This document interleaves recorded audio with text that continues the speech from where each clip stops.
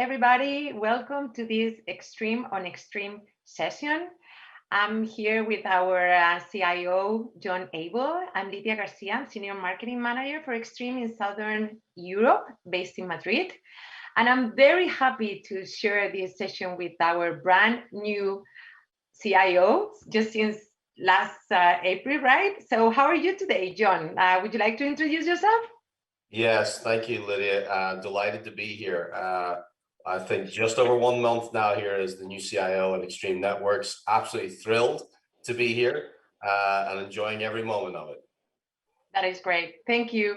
So my first question is, you have a lot of experience on digital transformation, leading companies like Hitachi, Symantec. Why did you choose Extreme? Great question. So yeah, I've been in the IT industry for, while it's coming up on 30 years, believe it or not, and 25 years here in Silicon Valley, working at great companies, as you just mentioned, such as Symantec and Hitachi, and most recently Veritas. So Extreme, for me, when I looked at this opportunity, was just a tremendous, time to get into a company that is definitely headed in the right direction. So when I look over what's happened in the industry over the last several years, especially with cloud, I've worked at storage companies and I've seen what cloud did to the storage industry and then the compute industry.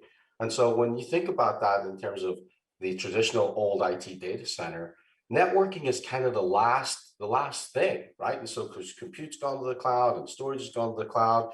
And so, and then when I looked at Extreme, I thought, what better a company is advancing and so far ahead of the market in terms of putting networking into the cloud.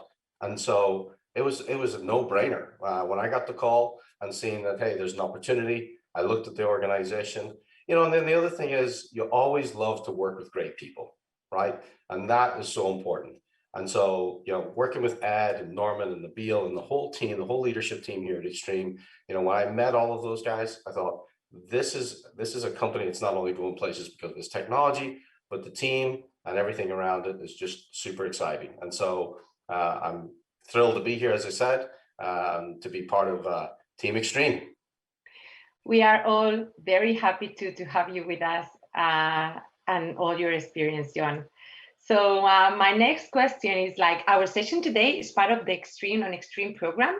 Could you please tell us a little bit more about this program? Sure. So, this is a program that I love to see, especially when I work at technology companies.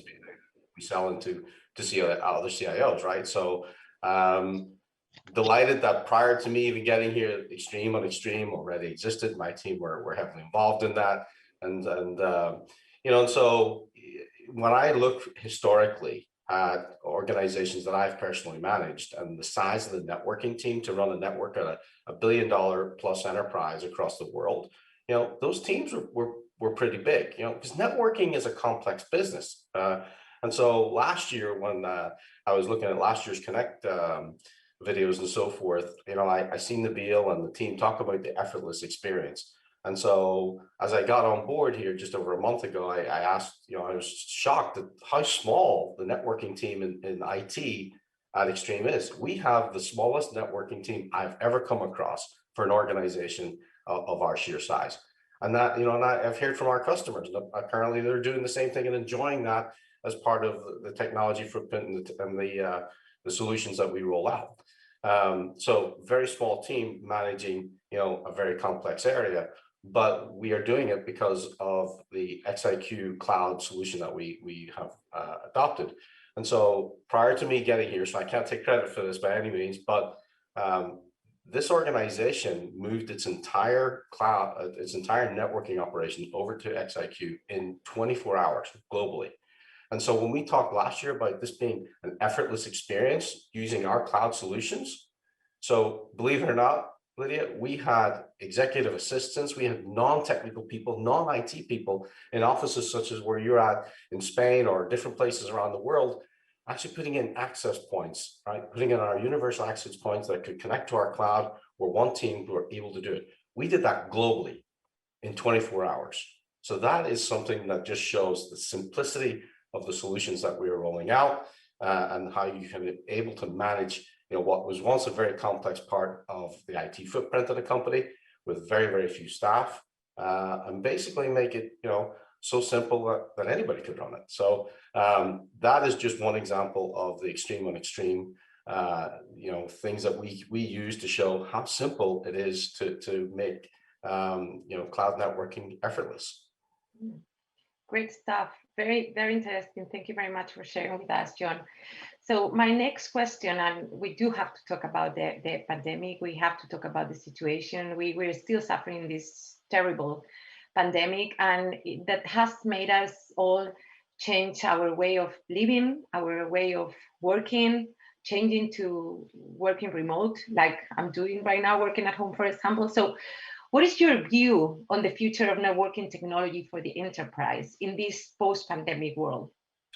Yeah, no, look, that's a great question. I've got a couple of points. First of all, just going into the pandemic, Extreme, like many companies around the world, had to adjust and had to get their workforces, set up and working and being productive in very short order.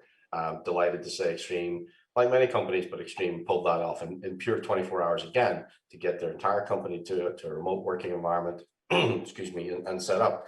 And we've all struggled, and I've been on multiple forums with CIOs especially around Silicon Valley and around the United States, talking about return to office strategies and talking about, what is it going to look like? And we've been having those conversations now for several months. I think we're all kind of at the mindset that it is actually going to be a hybrid working environment. There are people who want to go back 100%, being 4 days or more in a regular office. And there are people who don't want to go at all. They're fine to work remotely for the rest of their career. In fact, I actually have surveys from multiple companies that I know, particularly here in Silicon Valley, and the numbers range, believe it or not, from as low as 5% people wanting to return to as high as 50%. The 50% tend to be those companies that are global, have maybe a younger demographic in their workforce, social media type companies, probably think you're thinking about. And they, work for them for that workforce was like, hey, it's almost like that's where I'm going to play, right? And I get fed and I get meals and I get all of that kind of stuff. So that kind of, but for the majority of companies, it tends to be in that kind of single digits to maybe teens percentage. So what does that mean? To your point, post-pandemic world, we're getting there. The vaccine is working in many parts of the world, but there's still a long way to go. But what does it mean for people like myself that are planning that future footprint? Well, here's what we're thinking. Basically, if you think about it, prior to the pandemic, let's say a company like Extreme or like some of the other companies I've worked at would have 20, 30, maybe 40 offices around the world. Some places have hundreds of offices around the world. And that's what your network was. That's what you were controlling, right? You were controlling all of those offices. Well, now and for the long-term future, we know that you're going to have a much higher population, no matter where you sit in that return to office in terms of people that want to go back or don't want to go back. We know for a fact that we are going to have many more people long-term working remotely. One of the problems with people working remotely is that they're not always on VPN because they are using lots of SaaS-based applications, which means you really don't know what's going on at that endpoint, right? You really don't know exactly what that is, it patched, what's going on in the activity. Whereas when you were in the office, you had full control and full visibility exactly to all of the endpoints that were connected into your network. Now it's much more challenging. And so we want to solve for that problem because as you just said, it's a completely different landscape. And so in theory, we don't have a company the size of us with over 3,000 employees. We don't have, 30, 40 offices. We have 3,000. We have 3,000 offices. And so if you think about that from a networking perspective, that's like exponential growth. And so what we have to do is how do we solve for that problem? And that's what we're calling the infinite enterprise. And so that is something that's coming up. That is the future of cloud networking. I'm delighted to be partnering with Abel through the Extreme on Extreme program. As we go into our next fiscal year, we're going to be working heavily on this, on basically how do we think of every single individual that is working remotely as an endpoint connected to our network, and with much more emphasis on security, analytics, understanding that. But without having to go back to the days of massive networking teams to control all that, because we can do it via the cloud and plug all of those devices and manage all of those devices, through a small team working off the Extreme cloud. So that's kind of what I see coming up. Very exciting times, I can tell you. I am thrilled to be here, and I can't wait. Nabil is pushing me. I'm saying, give it to me. I can't wait to get that technology and then to go out there and share those stories with our customers. Yeah, great. I think I'm gonna be 50 to 50, 50 at home, 50 at the office. I think I'm gonna be one of those. Yeah. So I'll probably be a 20 to 30%er, I think. I need to go to the office also. So thank you so much, John, for sharing this time with us, for sharing your thoughts and your vision. I'm very happy that you chose Extreme. And also thank you everybody for attending this session. I hope you enjoyed it, and please keep on enjoying Connect. Stay connected for the rest of the sessions. Bye.